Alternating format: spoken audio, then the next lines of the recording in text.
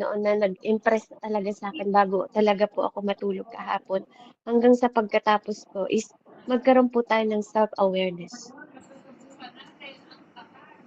Okay.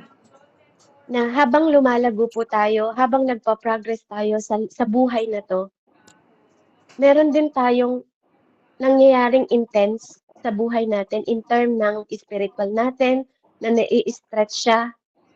Nai-stretch din yung spiritual learning and lesson na natututunan natin. Hindi lang po papasok ka sa gawain, lalabas ka, papasok ka, lalabas ka.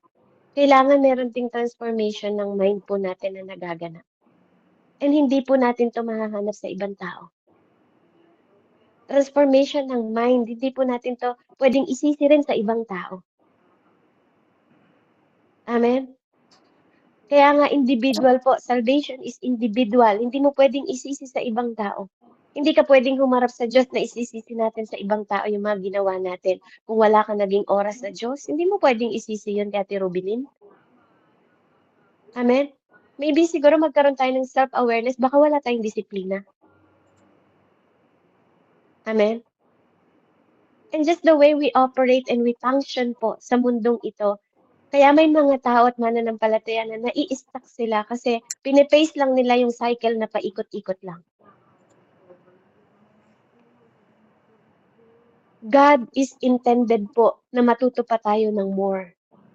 Marami pang gustong ituro sa atin ng Panginoon, pero bakit nakokontento lang tayo sa paikot-ikot lang na cycle ng buhay? Amen? Kaya napakahalaga po ng itong mensahe ito pong mensahe ng word of wisdom ng Panginoon. It help us to grow. Kasi kahit ako po nakukonvict din ako. Kaya gusto ng Panginoon na mag-progress po yung buhay natin. Na ikaw at ako, titingnan mo yung sarili mo. Isa-search mo yung sarili mo, hindi yung ibang tao lagi yung tinitingnan natin kasi it's not about other people lagi. Regardless kung anong iniisip nila, kung anong pinapanood nila, kung anong pinapakinggan nila. Amen? It's not about them, it's about you. Diba? Ikaw, yung tingnan mo, hindi yung ginagawang kasalanan ng ibang tao. Amen? Hindi yung mga habit nila. Yung sarili mo yung titingnan mo lagi, hindi po yung kapitbahay natin. Amen? Ang sabi ng salita ng Diyos, love your neighbor as you love yourself. Amen? Hindi po siraan natin yung neighbor natin. Hindi po siraan natin yung kapwa natin. Hindi po siraan, i-stab natin sila ng nakatalikod. Kaya saliwat na saliwat po minsan pag hindi tayo nagkakaroon ng self-awareness, amen, mapupunta tayo sa self-centered. Amen? Napakadali pong maging self-centered. It's so easy to be self-centered. Kaya kung hindi tayo magiging mindful mga kapatid, at hindi tayo magkakaroon ng self-awareness, because self-awareness is great. Mabuti yon, aware ka sa ginagawa mo. Di ba po? Mabuti na alam mo, di ba, kinokontrol mo yung sarili mo kasi aware ka. Kinokontrol mo yung galit mo kasi aware ka. Di ba? Alam mo. Kaya self-awareness is wonderful po. Kasi pag wala kang self-awareness, for sure po, self-centered kang tao. Tanungin mo yung sarili mo ngayon, am I self-aware? Meron ba akong self-aware? Kasi pag hindi ka aware sa sarili mo ngayon, kapatid, ngayong oras na to, tanungin mo yung sarili mo. May self-awareness ka ba? Kasi kung wala kang self-awareness, ang nasa iyo, self-centered ka. Masakit po pakinggan, pero yun ang totoo, self-centered ka. Kapag ikaw yung klase ng tao na lagi kang tingin ng tingin sa pagkakamali ng ibang tao, tingin ka ng tingin sa ginagawa ng ibang tao, tingin ka ng tingin, 'di ba, sa sinasabi ng ibang tao. Self-centered ka, hindi ka self-aware. Kasi para sa iyo laging ikaw ang tama. Laging ang tinitingnan mo, ang perspective mo, yung own opinion mo, yung own experience mo. Amen? Yung sarili mo. Pero hindi mo nakikita yung impact ng action na ginagawa mo, ng sinasalita mo, is yun na nakakaapekto sa bawat isa sa atin. Napakadali pong maging self-centered. Kaya kailangan maintindihan po natin yung life period natin. Ang life period po natin may katapusan, hindi po siya tuloy-tuloy. Hindi siya eternal. Pag wala ka sa Panginoon, amen, hindi po siya eternal. Pero habang nabubuhay tayo sa mundong ito, may period po ang ating life. Kaya ito yung memo or reminder sa bawat isa sa atin. Kaya nga po, yung title na to na ano ko is it's not always other people. Kailangan maitatak natin yun sa sarili natin. Kasi hindi naman puso ng ibang tao yung titingnan ng Diyos, puso mo. Nung ginamit ba niya, 'di ba, nung pinapili niya si Tatay Samuel para sa magiging bagong anointed na king, amen? Hindi puso ni Tatay Samuel ang tiningnan ng Diyos. Puso ng mga anak ni Jesse at nakita niya yung puso ni David. Hindi po puso na ibang tao. Kaya katulad natin, amen? Katulad natin po na laging tingin ng tingin sa ibang tao, tingin ng tingin sa pagkakamali ng ibang tao. Magkaroon po tayo ng self-awareness. Huwag tayong maging self-centered. Kasi we cannot deny what we plant. Hindi natin pwedeng i-deny kung ano tinanim natin. Pag nagtanim tayo ng masama din po yung aanihin natin. Kaya kung mabubuhay po tayo na aware tayo sa pattern na binibigay ng Panginoon sa atin, magkakaroon tayo ng application po. Amen? Na naka-align po sa Panginoon. Kasi katulad ng sabi ko sa inyo, kapag naging aware tayo na tayo ay sumusunod sa Panginoon, your step are ordered. Sabi ng Panginoon sa kanyang salita, kundi po ako nagkakamali. Your word is the light of my path. Yung salita niya daw po yung nagiging ilaw, nagiging daan natin. Amen? Sabi niya po tingnan nga po natin, sa Psalm 37 po.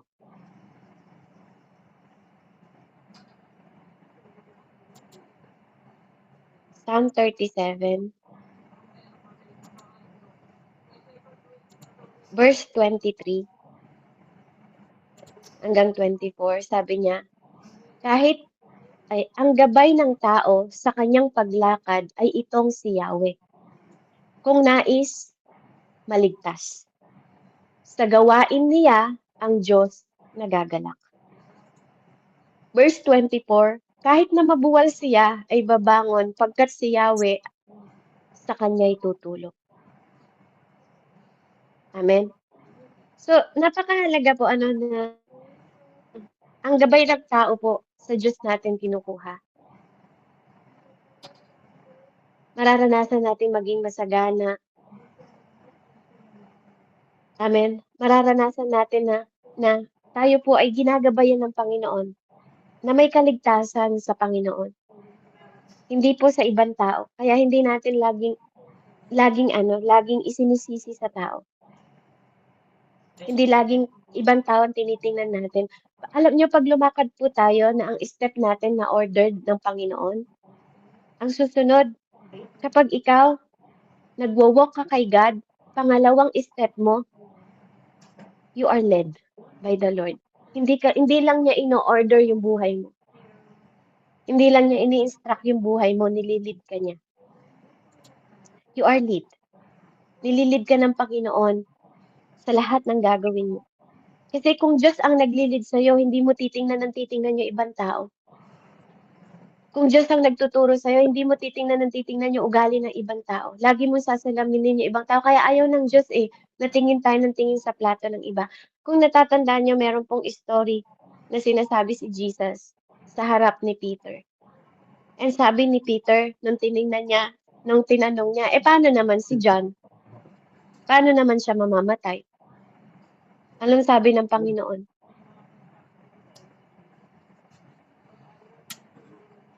Kung buhay pa si John hanggang sa bumalik ako, ano sa'yo?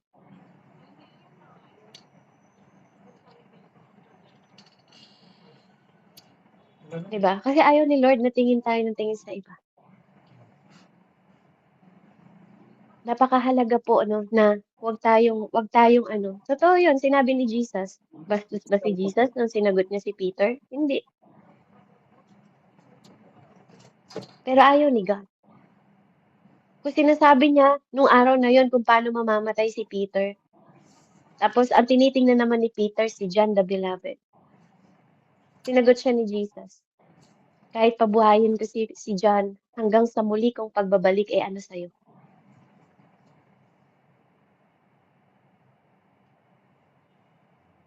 Amen. Kaya napakahalaga po kapag ang Diyos ang nagli-lead sa'tin, hindi ka puna ng puna sa kapwa mo. Hindi ka puna ng puna sa asawa mo, puna ng puna sa anak mo. Amen? Mabuti po 'yun. Hindi ko sinasabing masama, pero ituro din natin kung paano. Katulad sa mga taong unbelievers, 'di ba? Yes, nakikita natin yung pagkakamali nila. Nakikita natin yung maling mga daan nila. Pero turuan din natin sila pumunta sa tamang daan. Hindi po laging ipipreach lang natin yung kasalanan, then hindi naman natin sila tuturuan na lumakad sa tamang daan. Ganon din sa mga anak natin. Sabihin natin yung mali nila, amen? Kasi they're growing eh. Hindi rin naman natin pwedeng tingnan ko ng tingnan yung pagkakamali ng anak ni Ate Billie Jean, tapos yung anak ko, hindi ko tinitingnan. 'Di ba? It's not about other people. Amen? Kaya kung nalilid po tayo ng Panginoon, alam ng Diyos, 'di ba? Bago mo dinisire muna ng Panginoon. Hindi ko pwedeng tingnan ng tingnan yung asawa po ni Ate Mens. And then iko-compare ko sa asawa ko, hindi po. Kasi ikaw at ako po ang accountable sa lahat ng ginagawa natin. Comparing is pride ng tao, ego ng tao. Buti ka pa, 'di ba? Buti ka pa. Imbes na ipag-pray natin sila, tingin tayo ng tingin, buti ka pa, may asawang ganito, mabuti. Buti ka pa, may asawang masunurin. Buti ka pa, may asawang naglilingkod sa Diyos. Hindi po.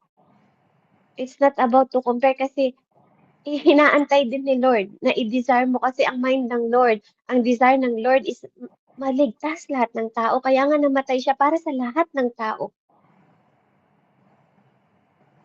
Gusto niya hangga't maaari. Kaya nga pag may 99 na tupang, 'di ba? Yung isa, yun ang hinahanap niya.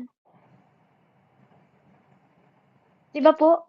Mahalaga sa kanya yung mga nawawala. Yung nagwawala, mahalaga sa kanya. Kaya kung hindi mahalaga sa atin yung mga nawawala, 'di ba? Imbis na isama natin sila sa church, pag nakikita nating nawawala sila, pinapabayaan, hayaan mo na. Okay lang naman na wala sila. 'Di ba hindi po gano'n ang puso ng Panginoon. Kaya kung ikaw nililid ng Diyos, hindi gano'n ang leading ng Diyos. Kung ikaw din ay leader, 'di ba? Alam mo dapat that your step are ordered and you are lead by the Lord. Kapag nililid ka ng Diyos, kahit isang kaluluwa sa'yo kawalan. Amen? Kapag Lord ang naglilid sa'yo, malaking kawalan sa'yo ang isang kaluluwa. Kapag Diyos ang naglilid sa'yo. Kaya yung buhay ng asawa natin, mahalaga. Mahalaga yung buhay ng anak natin. Mahalaga nga kahit ibang tao eh. Kasi yung nagli-lead na sa'yo, yung Diyos na. Pangatlo, alam nyo, first, ino-order ka ni God. Next, ililid ka niya. Ang pangatlo, you walk with the power of the Holy Spirit.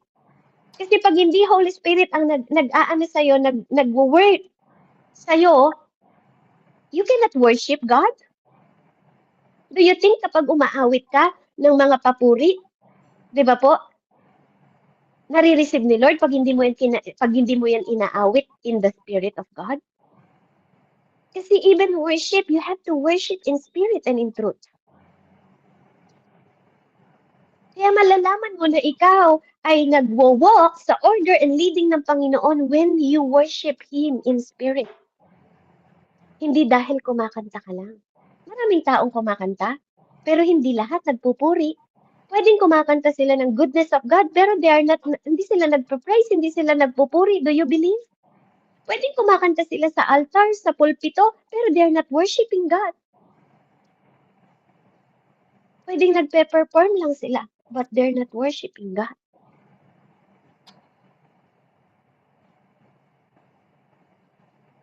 Kaya tingnan niyo po, kahit sa prayer po, God leads you. Yung power ng Holy Spirit na nasa loob mo, ang nagdadasal para sa'yo.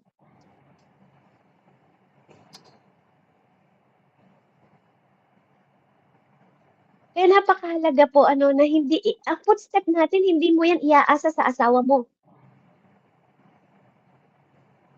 Hindi ang asawa mo ang maglalakad para sa'yo. Ikaw. Amen? Kaya kapag ang order ng Diyos, kapag Diyos na ang nag-o-order sa atin, yung puso natin magiging mabuti, magiging tama. Papasok ka doon sa sinasabing intimacy ng Panginoon. Amen? Kasi nung panahon na tayo ay bata, tinuturuan tayo ng mga magulang natin, ganun din yung Diyos. God's ordering us para makagawa tayo ng mabuti. Ino-order niya tayo para sabihin sa'yo, anak, ito yung tama, ito yung mali. Hindi ka dadali ng Diyos sa place na popopol ka, na babagsak ka, na magfe-fail ka. Hindi ganun yung Diyos. Kapag ang Diyos ang nag-order sa'yo, nasa victory ka. Kaya nga, as you matured, amen? Yes, may mga mistake tayong magagawa. Pero yung mistake na yun magtuturo sa'yo to grow. Katulad ng bata. Kapag nagpe-fail sila, di ba? Nag-iingat na sila. Kapag nahulog sila, nag-iingat na sila. Kapag nakikita ko si Siana na alam niya, pag nalalaglag siya sa place na sa susunod, iingatan niya na yung sarili niya. Kasi hindi siya pwede. Kung yung bata po, alam niya na hindi siya pwedeng magbalik, pabalik-balik dun sa cycle na patuloy siyang nagkakaroon ng error o patuloy siya na nalalaglag, tayo pa po ba na nasa matured na? Amen? Patuloy pa rin ba tayong babalik sa cycle ng error? Same kind ng error po. Kasi pag patuloy tayong pabalik-balik sa same kind ng error, you are not ordered by God. Malinaw po yun. You are not ordered by God. I-rip natin yung mga consequence na ginagawa natin.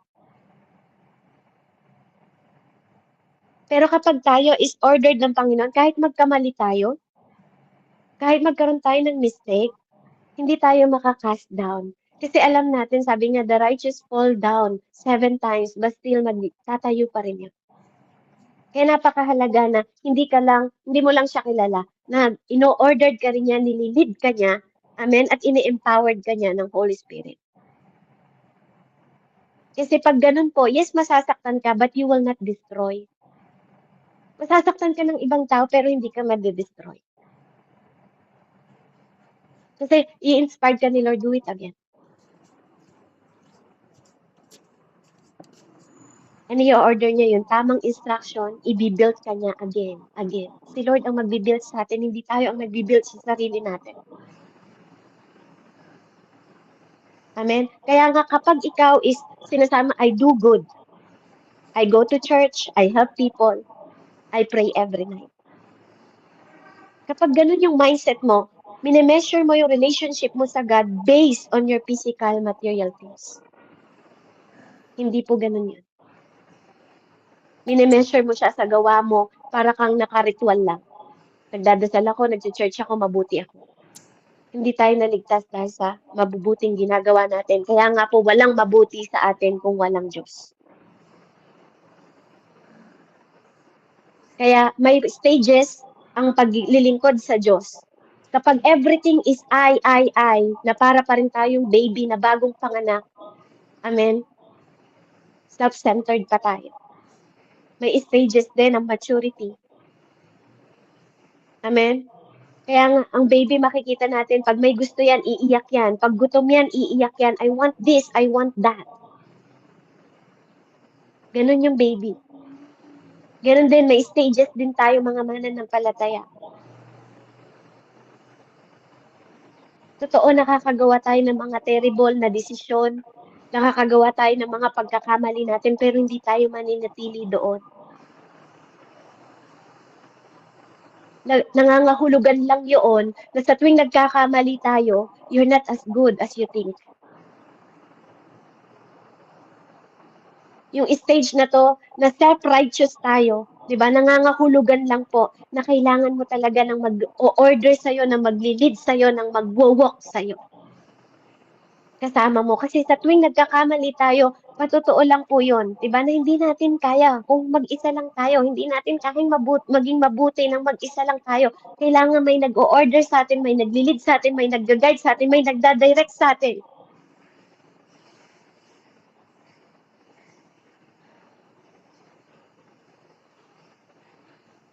It's not always other people na lagi nating sinisisi. Kaya nga sabi doon, when you are a child, diba, you act like a child. Pero kapag matanda ka na po, ine-expect din ng Panginoon na mayroon ng maturity sa atin. Kapag tayo ay child pa lang, you don't know the reality of life. Hindi mo alam ang realidad ng buhay. Wala kang pakialam pa kahit nakahubad ka. Amen? Kahit ma-expose ka pa. Si Siana, wala siyang alam. Wala siyang mali siya. Wala siyang alam sa ginagawa niya kasi bata pa siya. Pero kapag ikaw ay nagkakaroon na ng maturity, nagkakaroon ka na ng pag-iisip,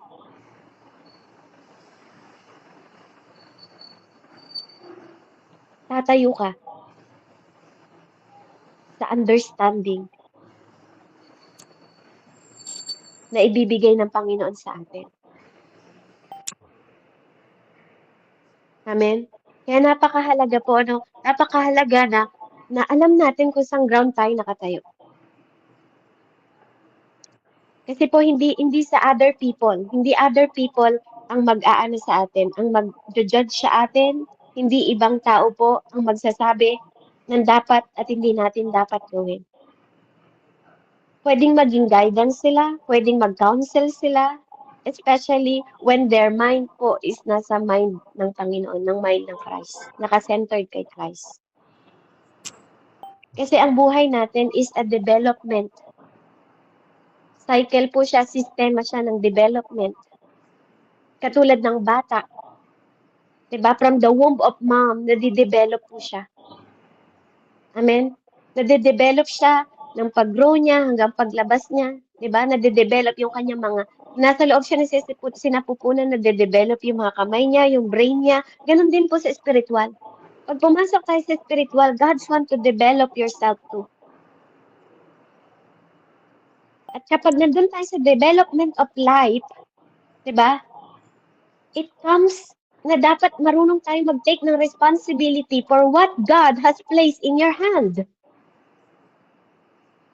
Amen? Kung saan ka dadalhin ng Diyos, dapat alam mo yung responsibilidad mo. Kapag may pamilya ka na, alam mo yung responsibilidad mo. Kapag nanay ka, alam mo yung responsibilidad mo. Kapag leader ka, alam mo yung responsibilidad mo. Kapag pastor ka, prophet ka pa, apostol ka pa, teacher ka pa, alam mo responsibilidad mo.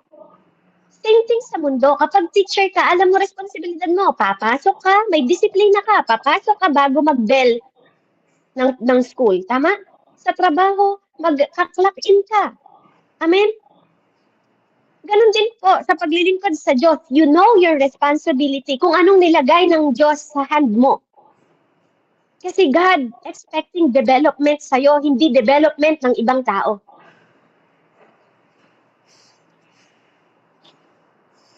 Responsibility mo, hindi responsibility ng ibang tao.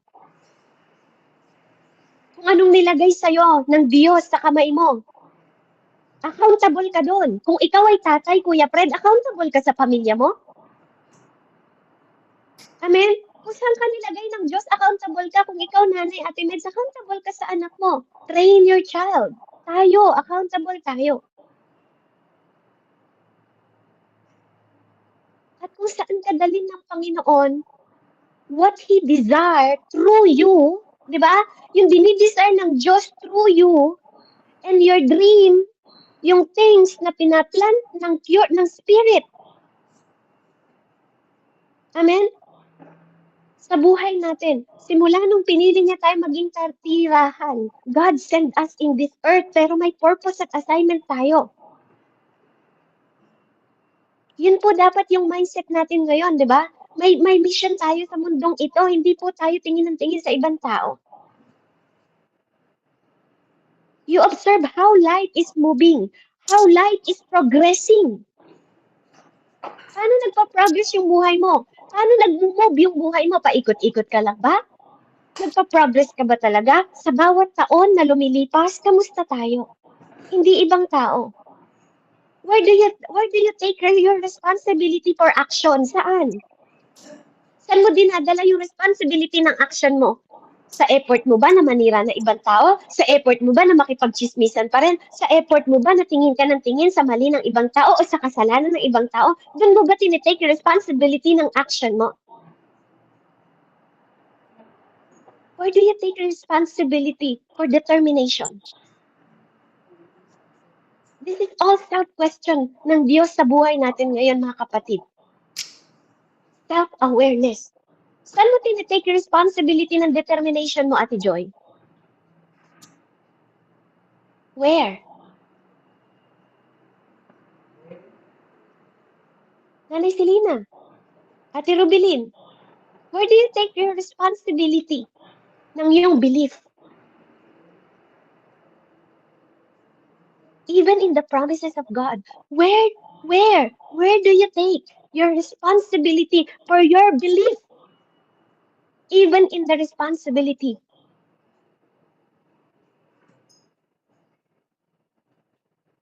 Amen? Pumapasok ba yun sa mga isip natin? Saan nga ba ako responsable sa belief ko? Sa promises ba ng Diyos?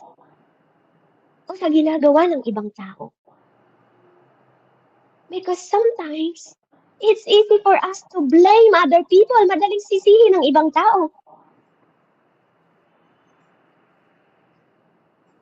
Madaling sisihin ng ibang tao sa mga bagay na ginagawa natin. Madaling mag-point ng ibang tao dahil sa'yo kaya nandito lang ako. Dahil sa'yo kaya hindi ako umasenso. Dahil sa'yo. Madali pong gawin yon. But where do you take your responsibility for your belief, Ate Kat? We have part to play, mga kapatid. May mga part tayo na kailangan nating i-play. Sa paglilingkod, pag pinagkatiwalaan tayo ng Diyos, where you take your responsibility, hindi sa tao, hindi sa tao, Ate Jing, sa Diyos.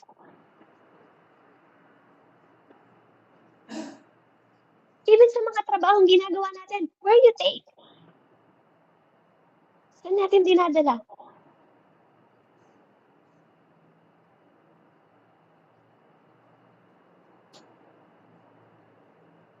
One thing na inaasahan natin, we expect people help us. Yes. Sometimes. And sometimes no. Hindi lagi tayong umaasa dapat sa tao.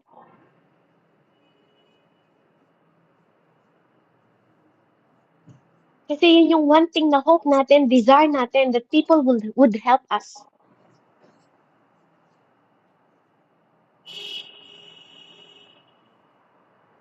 Pero hindi ka naniniwala na yung belief mo, sometimes, can start moving. Hindi mo kailangang maghintay ng ibang tao na maniwala sa faith na paniniwala mo sa Diyos. Hindi, kaya minsan nadidelay tayo kasi we're waiting other people. Kailangan muna natin ng proof. Kailangan, no. God says that believe. Kaya lagi sinasabi ni Jesus, kung napapansin niyo yung mga do you believe? Do you believe? Kasi alam niyo kung anong sin sa mundo? Your unbelief. Unbelief is a sin.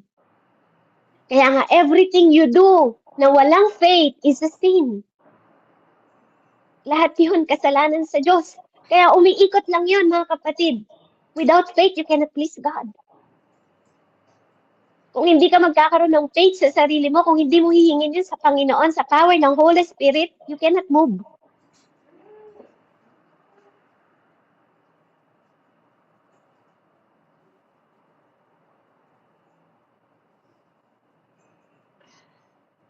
Kaya kung ikaw ay leader, or servant leader,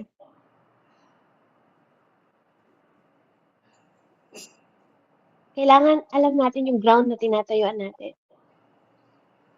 That He were taking us. Ino-order niya tayo, nililid niya tayo.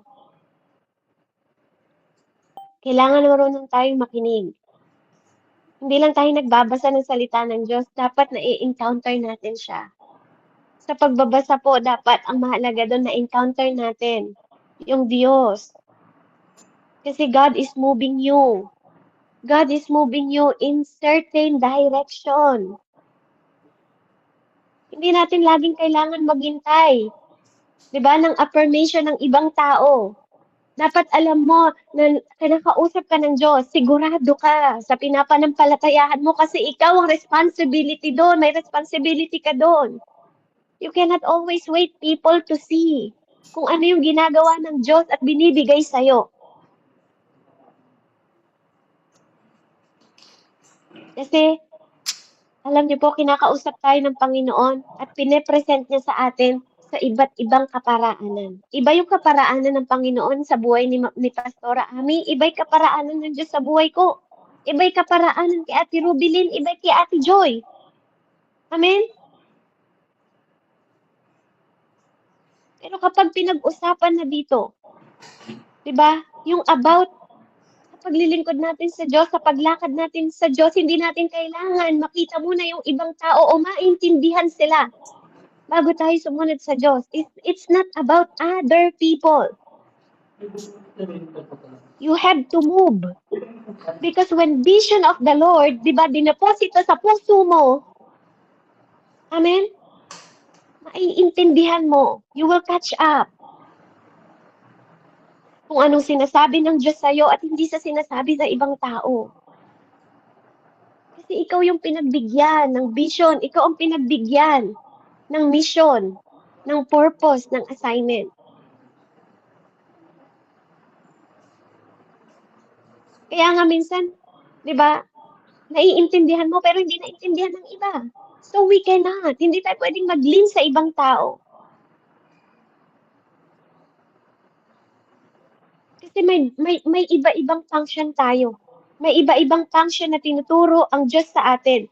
That you have to capture yung vision ng God para sa'yo. You have to capture yung word na binibigay sa'yo ng Panginoon at sa akin. A lot of times, binibigyan tayo ng Panginoong Diyos ng word. Pero minsan, yung own belief natin, hindi siya solid. Nakakalungkot po. You are responsible to your belief. Hindi natin pwedeng isisi sa ibang tao yun. Kaya kapag na-accept tayo na hindi tayo sinusuportahan ng ibang tao, amen? Hindi natin kailangan hanapin sa ibang tao o antayin yung ibang tao na suportahan tayo kung totoong naririnig natin ng Diyos. Kasi ang Diyos ang magdadala ng mga taong susuporta sa'yo. Pero sometimes, do you believe?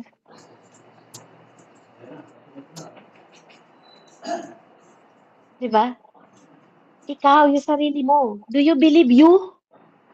Kung totoong templo ka ng Panginoong Diyos, Ate Meds, do you believe you? Do you support you? Ikaw muna. Diba? Do you support the dream in you? Yung desire in you na nilalagay ng Diyos? Diba? Katulad po, na kapag iniisip natin yung puno, na tinanim siya sa pamamagitan ng buto, yung word din ng Lord is katulad ng buto na tinanim sa'yo, hindi sa ibang tao, sa'yo muna.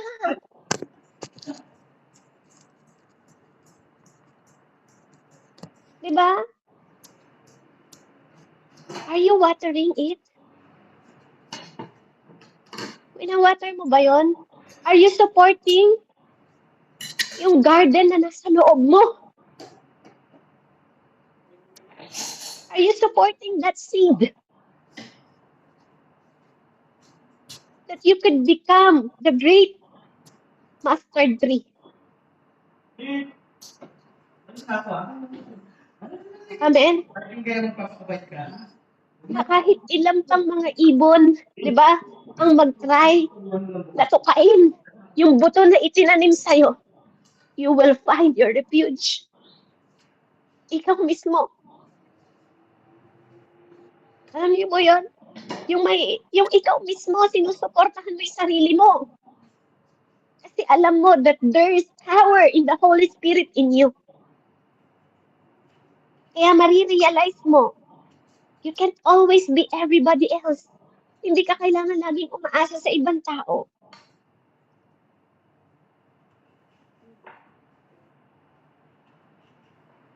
Hindi laging point o responsibility ng ibang tao.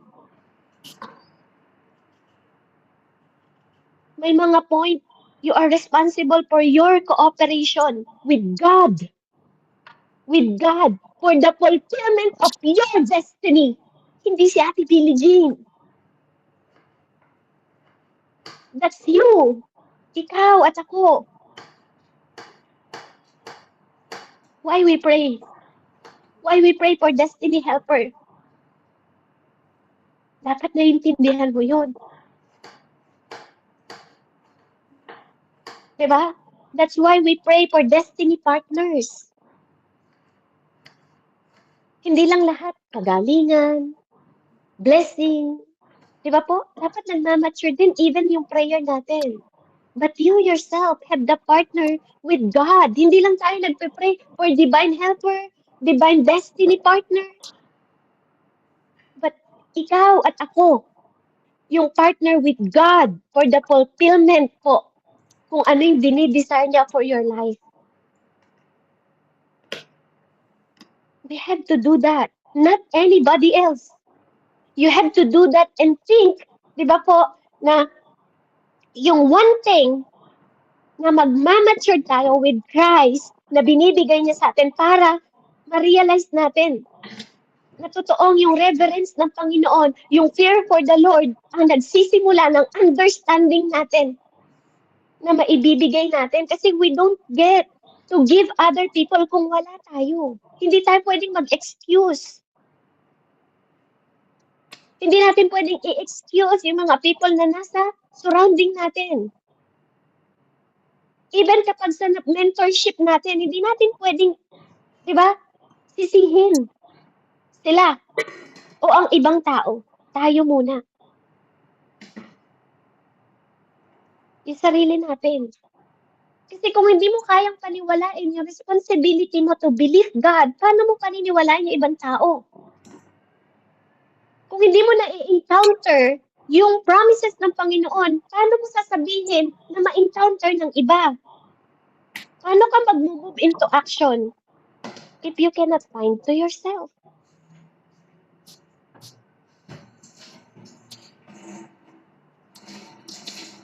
Kasi tayo is image ng Panginoon. Sinabi niya yung sa salita niya.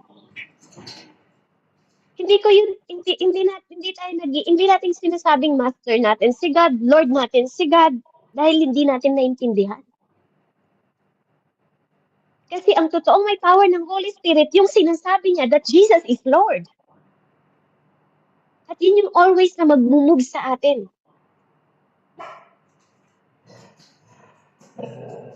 And someday, at the end of the day, we die alone. Hindi tayo mamamatay para sa ibang tao. We die alone. We have to face it. We give account. Kung paano tayo nabuhay sa mundo. We give account kung ano yung ginawa natin sa instruction na binigay niya sa atin. And some point, Ang pinapaunawa lang sa atin dito, we really have the access to listen, 'di ba? Sa tinig ng Diyos, pero bakit natin piniling makinig sa ibang tao? Sa idea ng ibang tao, sa gusto ng ibang tao, sa dream ng ibang tao, pero may binigay naman ang Panginoon para sa atin. Kaya dito po pinapaano ko lang, nire-remind ko lang yung self-awareness ng bawat isa. We have to mind. Kasi at the end of the day, it's just you. Your mind, your vision, your discipline, your persistence, your desire, your zeal, your wisdom, your understanding. At kung lack yan lahat, kung kulang lahat yan, be honest. Be honest. Ako may kulang ako. At kung ikaw nakikita mo, kung self-aware ka sa sarili mo, alam mo may kulang ka, then be honest sa Diyos. Kasi siya lang naman ang magsusupply ng tulong sa atin eh. You have to be able to be honest with the Holy Spirit para ma-extend the Holy Spirit, di ba? Sa iyo. Pero kung hindi mo i-admit, di ba, what's going on sa buhay mo, kung anong kulang sa buhay mo, paano siya pupunta sa'yo para tulungan ka? Kung hindi mo ma-figure out kung ano yung kailangan mong gawin, paano kanyang tutulungan kung di ka magiging honest sa kanya? Paano ka magpa-function ng tama? Diba? So sabihin natin yan ngayon. Hindi tayo pwedeng mabuhay sa ideas ng mundo. Hindi tayo pwedeng makikonform sa mundong ito. Maging tapat tayo sa Diyos. God, I don't know how to function. Hindi ko alam kung paano ako magpa-function bilang leader, bilang tatay, bilang nanay, bilang servant mo. I try everything, Lord, pero wala eh. Diba? Alam niyo yun, yung gentle manner ng humility. Na sabihin natin, Holy Spirit, correct me, rebuke me. Para makita mo, marinig mo yung gentle voice ng Panginoon. Until ma-realize mo na may kulang sa disiplina mo, dun ka palang i-structure ng Diyos. Kasi hindi tayo matutulungan ng Panginoon kung hindi tayo magiging honest sa Kanya na, Lord, I have to discipline myself. Tulungan mo ko.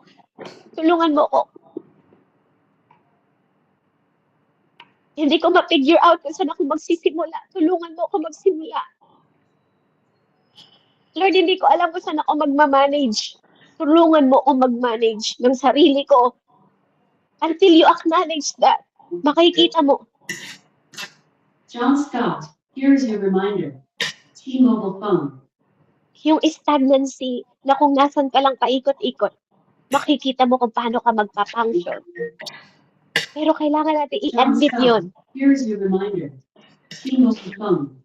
Kailangan natin maging honest sa sarili natin. Kaya bakit ko sinasabi sa inyo yung self-awareness? Kasi mahalaga siya. Self-awareness versus self-consciousness. Self-awareness, mga kapatid. Kasi kapag nagkaroon ka ng self-awareness, magiging conscious ka. Sa lahat ng ginagawa mo, iisipin mo kung tama o mali, kasi aware ka. Pero kung self-centered ka, yung desire mo palang i-execute ka na. Desire mo palang failure ka na. Hindi mo magagawa. Lahat ng pinapagawa ng Panginoon Diyos sa'yo.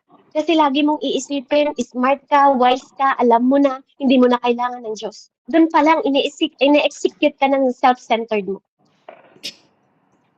Kaya napakahalaga po ito. It is word of wisdom lang para i-correct ang bawat isa sa atin. It's not about other people. It's about you first.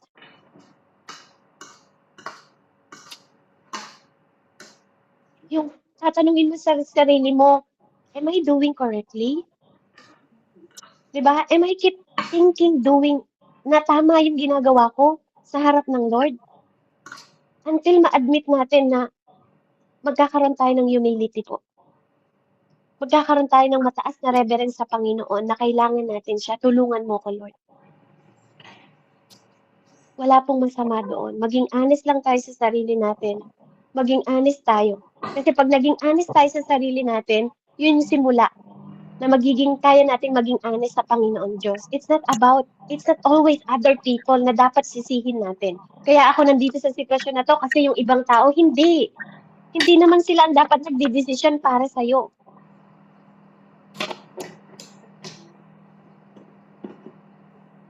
Dapat ikaw yung tumatayo sa way mo. I'm sorry. I'm sorry po kasi sinasabi ko to no sa inyo pero I believe na mahalaga to. Mahalaga po to. Mahalaga na magkaroon tayo ng self-awareness natin.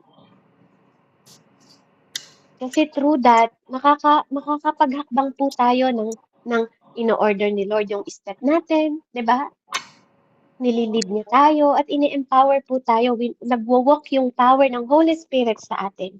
Yun yung lagi niyong tatandaan na kapag tayo nag-walk ng ganon, na ang Diyos po ang ina-acknowledge natin, marirealize natin na hindi mo kailangan ng suporta ng ibang tao para lang mai-acknowledge na may kahinaan ka. Hindi mo kailangan ng tulong ng ibang tao para lang mai-acknowledge na kailangan mong i-correct. Kailangan mong maging supportive sa sarili mo. Kasi alam mo na God is with you. Nakaibigan ka niya, that you are a child. Na tama ka kasi alam mo na sa bawat kilos mo, subconscious ka, may consciousness ka na pinapanood ka niya. Alam niyo po, si Stephen, dito po ako magtatapos. Si Stephen po naging bold, napuspos ng banal na spirito. Binato ng mga tao. Kahit mag-isa lang niya, tumayo siya, mga kapatid.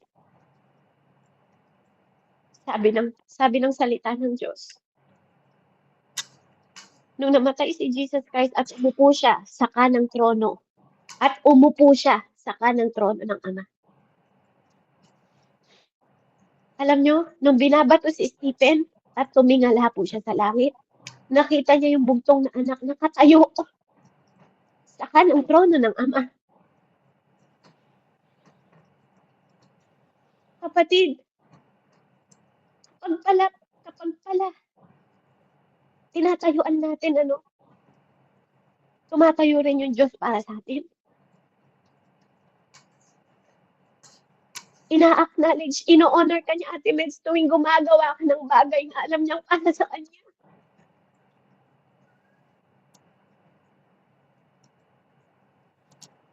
Hindi mahalaga yung comment ng ibang tao. You are responsibility to what your belief. Kasi kahit mag-isa mo lang tumatayo sa pamamagitan ng Stephen, pinakita ng Diyos na bumuka ang langit. At yung Diyos na nakaupo, tumayo para sa isang lingkod ng Diyos. Mga kapatid, hindi lang naman si Stephen na puspos ng banal na spirito, tagapagluto, mga kapatid. I love you to, anak.